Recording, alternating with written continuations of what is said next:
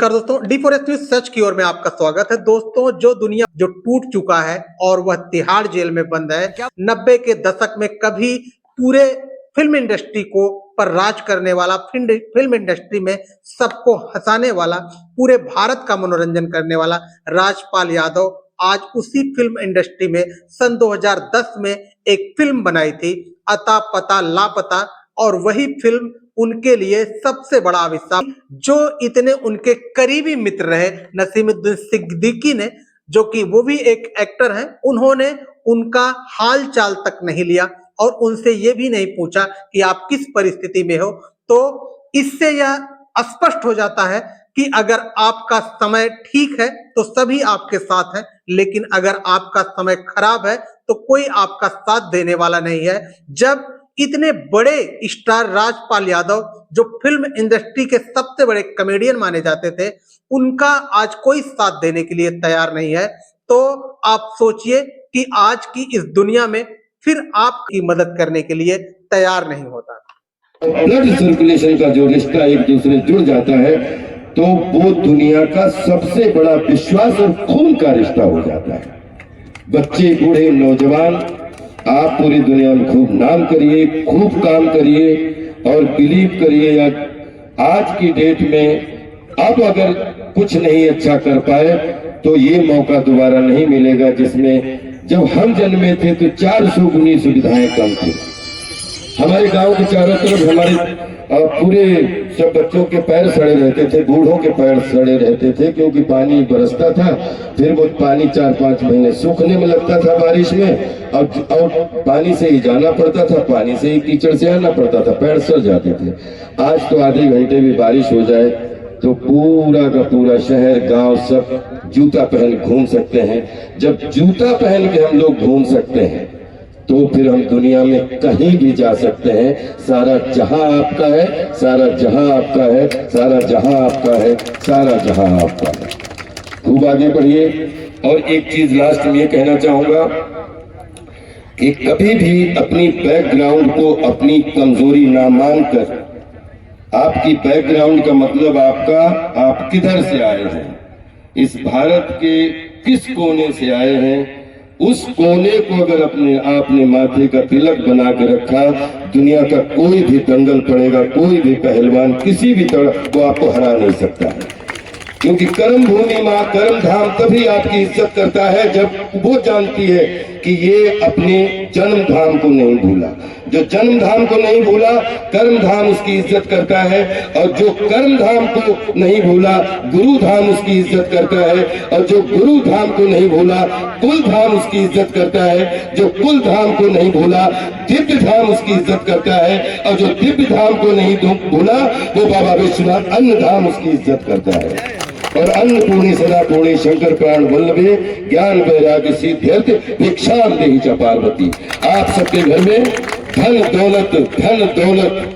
और जितनी भी सच्ची और अच्छी सेवा से आप लोग जुड़े हुए हैं, आपको बहुत बहुत शुभकामनाएं देता हूँ, बधाई देता हूँ। और किसी दिन बहुत कभी अच्छा टाइम मिला तो कभी सत्संग की भी बात करूंगा, क्योंकि कोई भी बच्चा अगर यहाँ पे खड़ा है जिसको किसी भी फील्ड में जाना है, गलत फहमी में मत रहना कि पढ़ना जरूरी नहीं है। पढ़ना ही जरूरी है। जब पढ़ जाते हो उसके बाद में सेकेंड स्टेज कढ़ने की बहुत जरूरी है। जो आदमी पढ़ा नहीं वो जीवन में कभी कढ़ा नहीं। हम बचपन में थे, हमारे पिताजी, एक लाइन जरूर सुनाऊंगा कि मैं गया उनके लिए खाना लेने, मैं जिज्ञासु तो बचपन से ही था, रामलीला देखता था तो सुबह सुबह पूरे आंगन को रामलीला में बदल देता था, नाटक देखता था तो नाटक में हो जाता था, गली में चाहे कोई खेल हो चाहे भी कोई हो, मैं उसकी कॉपी करने की कोशिश करता था। मैं सुबह सुबह पिताजी के पास गया, वो हल जोत रहे थे। अब तो ट्रैक्टर का जमाना है, अब शायद कोई बच्चे जिन्होंने वो हल वाला जमाना देखा होगा सबने, फिर सभी ने निवेदन चिट्ठी भी सबने लिखी होगी, उसके बाद फिर वो कैसे पेजर आ गया, फिर कैसे मोबाइल आ गया, उसके बाद में तो अब तो वीडियो कॉल पे बात कर लेते हैं तो जाने का टाइम नहीं मिलता, लेकिन पहले टाइम बहुत मिलता था एक दूसरे से फिजिकली मिलने का। मैंने उन पिताजी से कहा, आप हल जोत रहे हो, 2 बैल आप जोत रहे हो, तीसरा बैल क्यों ये पड़ोस में घुमा रहे हो? क्योंकि 2 बैल ऐसे चल रहे थे, उनको तो पिताजी डांट भी रहे थे, लेकिन एक पड़ोस में चल रहा था, वो मुझे समझ में नहीं आ रहा था। मैंने कहा दोपहर में आप इसको भी, तो बोले नहीं बेटा, अगर इसको अगले साल खेत जोतना है तो पहले इसको राउंड लगाने जरूरी है कि खेत में कैसे घूमना है। मेरे लिए उसके बाद कोई किताब पढ़ने की जरूरत नहीं पड़ी दोस्तों। वैसे तो मैंने ग्रेजुएशन किया, ग्रेजुएशन के बाद में OCF का मैं 29वें बैच का फौजी टेलर हूँ। भारत सरकार रक्षा मंत्रालय जिसे चलाती थी, उसमें कपड़े सिलता था, थल सेना, जल सेना, नौसेना के, वो उसका मैं इंजीनियर टेलर हूँ। वो अब टेलरिंग में भी कपड़ों की सिलाई करनी पड़ती है, कपड़ों की जुड़ाई करनी पड़ती है।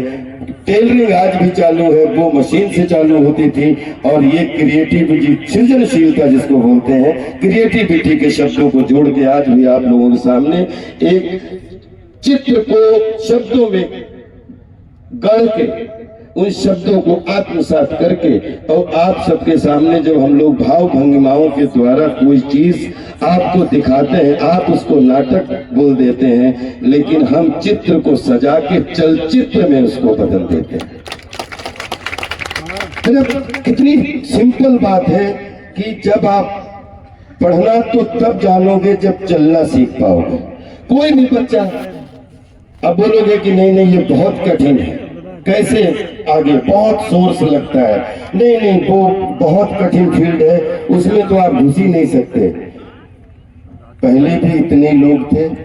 तो देश काल वातावरण ऐसा था, आज उससे पूरी दुनिया में 100 गुना लोग बढ़ चुके हैं, तो 100 गुनी सुविधाएं भी बढ़ चुकी हैं। आप कभी भी एक छोटा सा बच्चा देखते हैं, वो पहले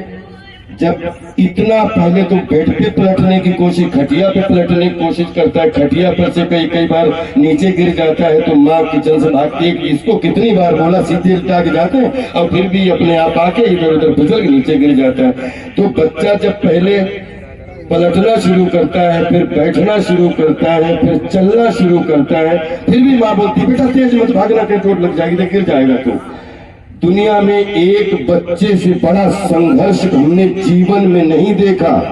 और एक बच्चे से ज्यादा मैंने जीवन में किसी को गिरते नहीं पड़ते देखा। एक बच्चे से ज्यादा कभी भी हमने चोट खाते किसी को नहीं देखा, लेकिन उस बच्चे को कभी थकते देखा,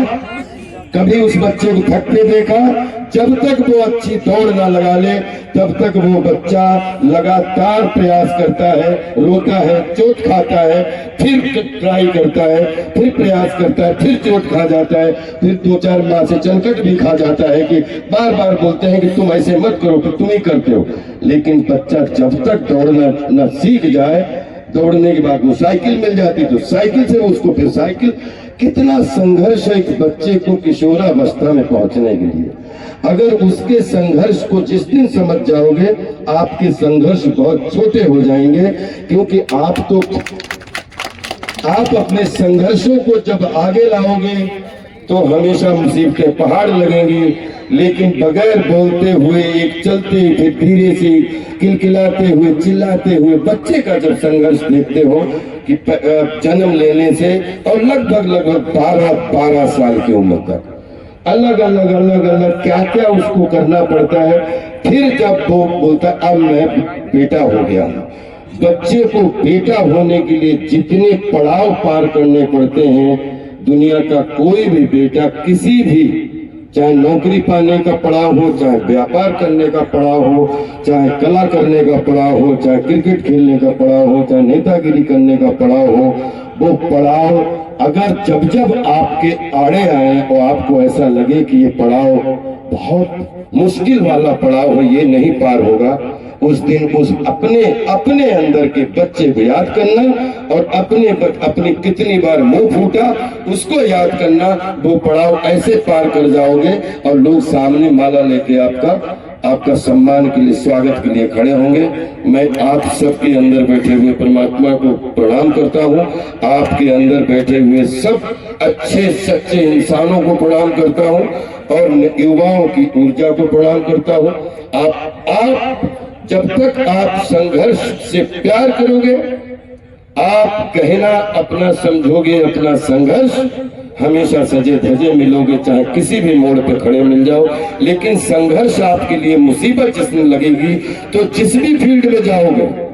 जिस फील्ड में काम मिल जाएगा उस फील्ड को आप अंदर से नहीं अपना पाओगे, और जब तक आप अपना नहीं पाते हो तब तक उसके हो नहीं पाते हो। फिर चाहे ऑफिसर बनो चाहे कुछ भी बनो, आप परेशान ही रहते हो। क्योंकि जब मैं एक प्रति